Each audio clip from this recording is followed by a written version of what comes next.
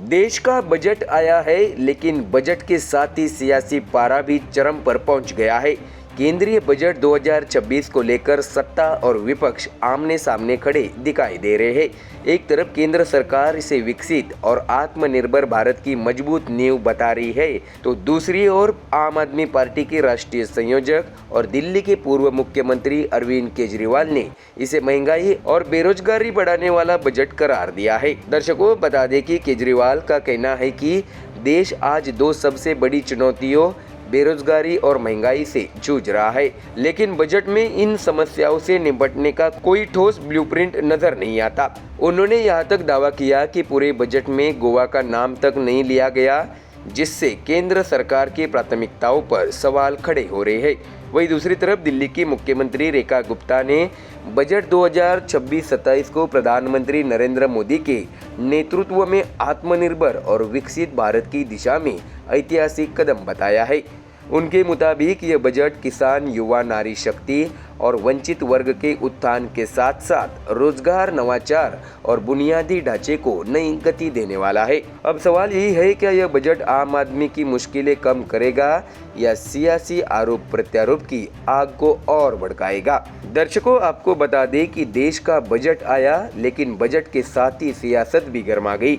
एक तरफ केंद्र सरकार इसे विकसित और आत्मनिर्भर भारत की नींव बता रही है, तो दूसरी तरफ विपक्ष इसे महंगाई और बेरोजगारी बढ़ाने वाला दस्तावेज करार दे रहा है।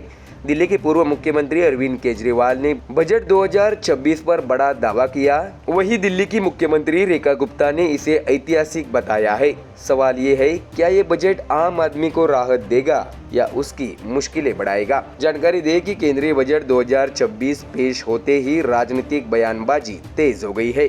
आम आदमी पार्टी के राष्ट्रीय संयोजक और दिल्ली के पूर्व मुख्यमंत्री अरविंद केजरीवाल ने बजट पर सीधा हमला बोलते हुए कहा है कि सरकार देश की सबसे बड़ी समस्याओं को नजरअंदाज कर रही है। तो वही केजरीवाल का दावा ये भी है कि भारत दो बड़ी चुनौतियों से जूझ रहा है, महंगाई और बेरोजगारी, लेकिन बजट में इन दोनों से निपटने का कोई ठोस रोड मैप नजर नहीं आता। उन्होंने कहा है कि युवाओं के हाथ में डिग्रियां है, लेकिन नौकरियां नहीं, और बजट में रोजगार देने का कोई साफ ब्लूप्रिंट नहीं दिखता।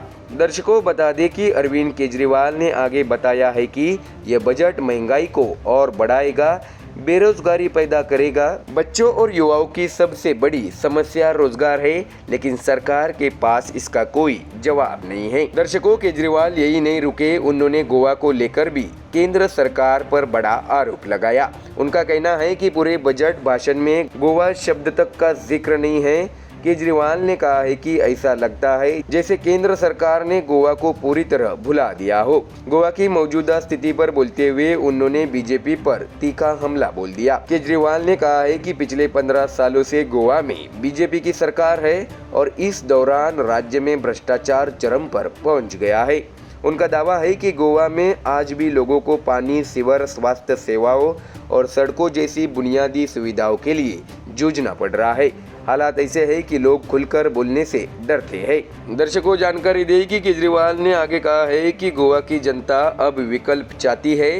कांग्रेस और बीजेपी दोनों पर निशाना साधते हुए उन्होंने आरोप लगाया कि दोनों पार्टियां अंदर खाने एक दूसरे के लिए काम कर रही है और आम आदमी को कोई सच्चा विकल्प नहीं दिया गया। तो वही दर्शकों, बजट को लेकर तस्वीर का दूसरा पहलू भी उतना ही मुकर है।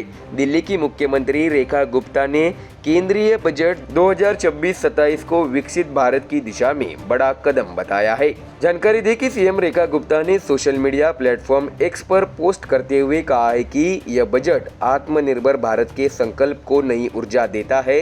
उनके मुताबिक प्रधानमंत्री नरेंद्र मोदी के नेतृत्व में पेश किया गया यह बजट हर वर्ग को सशक्त बनाने वाला है। रेखा गुप्ता ने बताया कि यह बजट आर्थिक विकास की रफ्तार तेज करेगा, लोगों की आकांक्षाओं को पूरा करेगा और संसाधनों तक सभी की समावेशी पहुंच सुनिश्चित करेगा। दर्शकों, बता दें कि रेखा गुप्ता ने बताया कि बजट 3 बड़े कर्तव्यों पर आधारित है: तेज आर्थिक विकास, नागरिकों की अपेक्षाओं की पूर्ति और समावेशी विकास। उन्होंने कहा है कि किसान, युवा, महिलाएं और वंचित वर्ग इस बजट के केंद्र में है।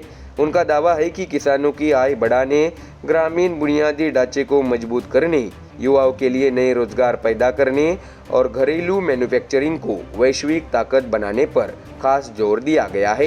रेखा गुप्ता के मुताबिक स्वास्थ्य, पर्यटन, खेल और आर्टिफिशियल इंटेलिजेंस जैसी क्षेत्रों में निवेश से न सिर्फ नवाचार को बढ़ावा मिलेगा बल्कि रोजगार के लिए अवसर भी पैदा होंगे। उन्होंने Delhi Varanasi high speed rail corridor का जिक्र करते हुए कहा है कि यह परियोजना देश के इंफ्रास्ट्रक्चर को नई ऊंचाई देगी और महानगरों के विकास को गति मिलेगी। ऐसे में दर्शकों, एक तरफ विपक्ष कह रहा है कि ये बजट आम आदमी की जेब पर बोझ डालेगा, तो दूसरी तरफ सरकार इसे भविष्य का विजन बता रही है।